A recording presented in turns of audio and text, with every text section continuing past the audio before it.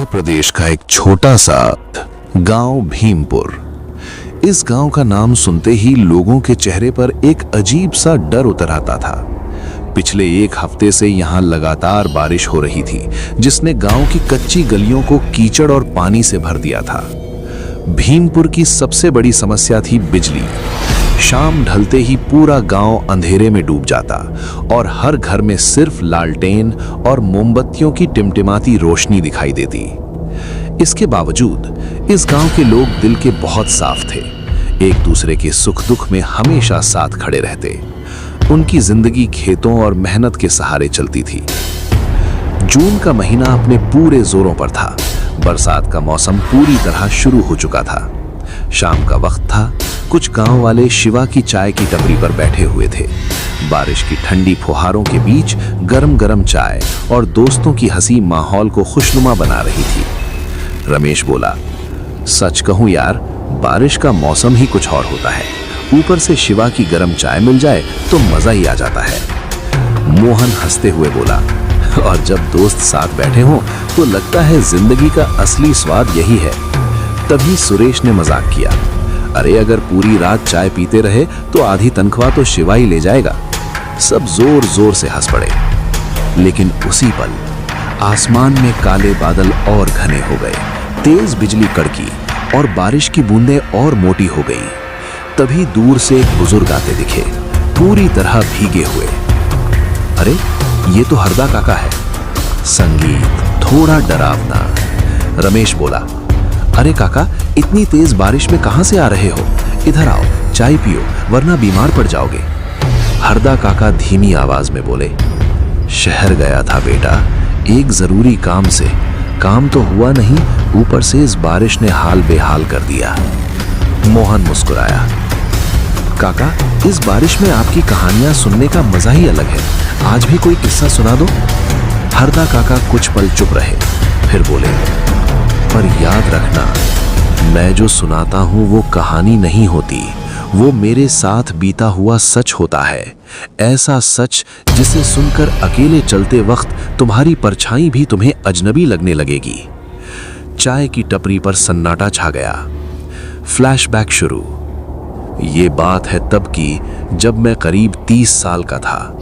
रात का वक्त था, घुप अंधेरी और डरावनी रात। आसमान फट रहा था, मूसलाधार बारिश हो रही थी और बिजली लगातार कड़क रही थी। मैं अपने दफ्तर से लौट रहा था और सोचा रास्ते में अपने दोस्त नरेश के घर हो आऊं। सड़कें पूरी तरह सुनसान थीं, दूर दूर तक कोई इंसान नजर नहीं आ रहा था।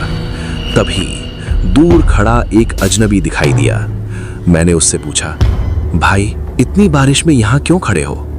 वो बोला, घर जाने की हिम्मत नहीं हो रही।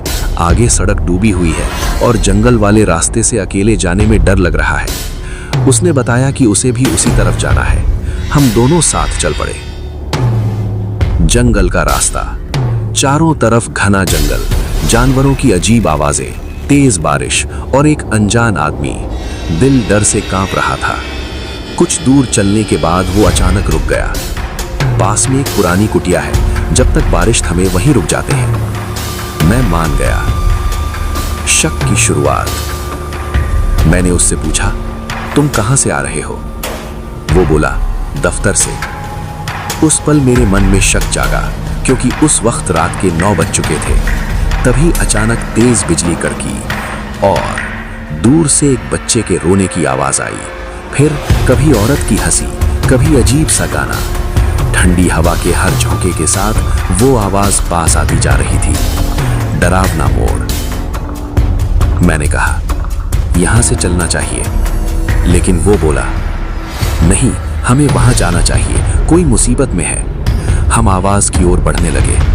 अचानक बिजली चमकी और उस रोशनी में मैंने एक औरत की परछाई देखी।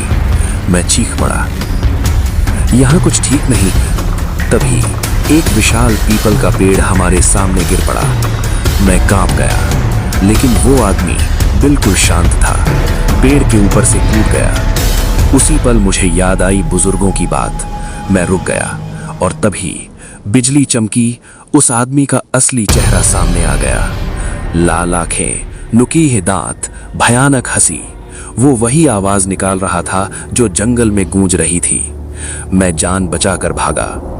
भागते भागते मैं नरेश के घर पहुंच गया। सब कुछ बता दिया। नरेश का चेहरा सफेद पड़ गया। उसने बताया, उस कुटिया में कर्ज के कारण एक आदमी और उसके बच्चों की भयानक मौत हुई थी। तभी से वो जंगल शापित है। वर्तमान में वापसी। हरदा काका ने गहरी सांस ली। उस रात के बाद मैंने कभी उस जंगल का रास्ता नहीं चुना। चाय की टपरी पर सन्नाटा था। हर चेहरे पर डर साफ दिख रहा था। सब समझ चुके थे ये कहानी नहीं, हकीकत थी। इसी वीडियो के लिए अगर आपने अभी तक वीडियो को लाइक नहीं किया तो वीडियो लाइक कर दो और चैनल को सब्सक्राइब कर दो और कमेंट में बताना कि ये हॉरर स्टोरी कैसी लगी आपको। पूरी वीडियो देखने के लिए धन्यवाद मेरी प्यारी YouTube फैमिली।